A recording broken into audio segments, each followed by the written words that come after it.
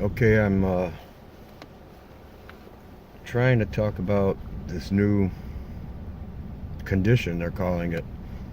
Uh,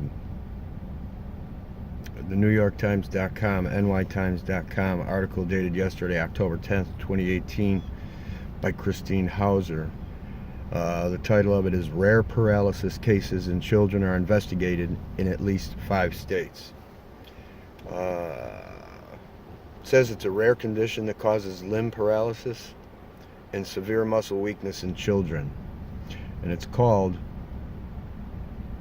Acute Flaccid Myelitis, or A.F.M.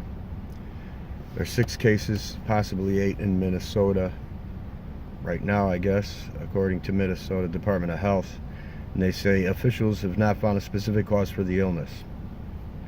It's going on in Pittsburgh, Pennsylvania, and Colorado too. Obviously, the cases are, coming up, and kids are being diagnosed.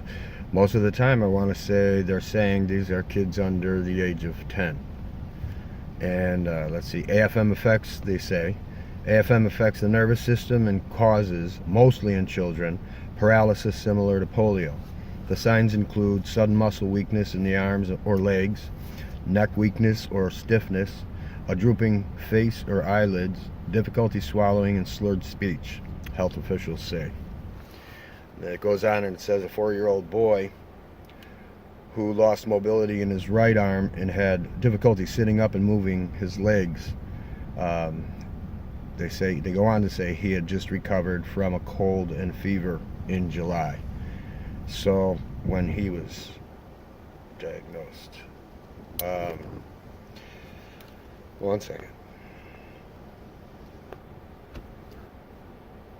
Okay, so first thing I think, epidemiologists, they list a couple of them spoke in the article. First thing I want to know is the reproductive history of the mothers. I think it's real important because this is like so many other conditions that just boom, they kind of happen and nobody knows why. And once again, we're having we're spotting clusters here. So there's something in common. We have to figure out what it is. First question is their reproductive history. If there's any terminations, they have to be open and honest about that and not feel guilty about that in order for any collecting of data to yield any honest results, as far as commonality goes.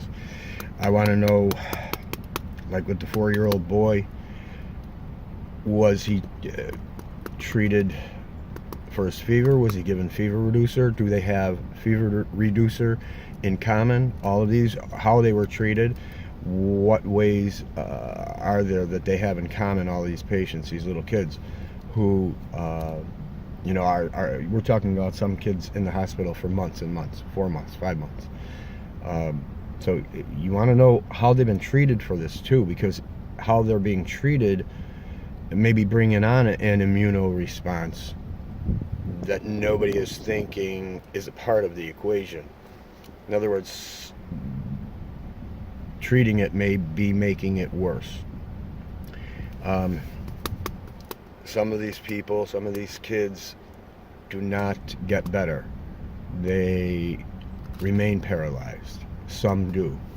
There's just not enough, there hasn't been enough time to study this. It's pretty new from what I'm getting here. But what I want to say is this, whatever we're talking about, this is immunoregressive.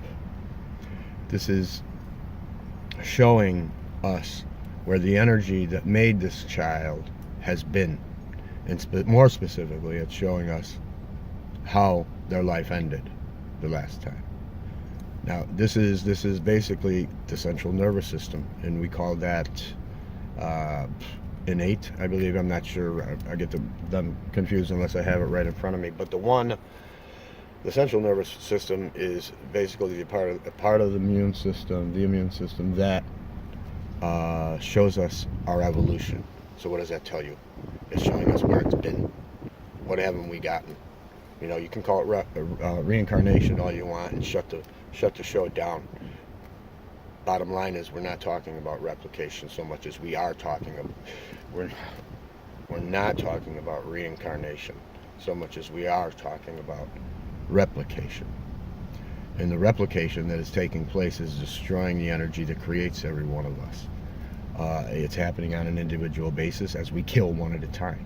Come on now. What don't we get? Tell me how we've been treating A.F.M. Tell me, please, how have we been treating A.F.M.? And can we get any data as relates to each mother's reproductive history? Honestly. That's all.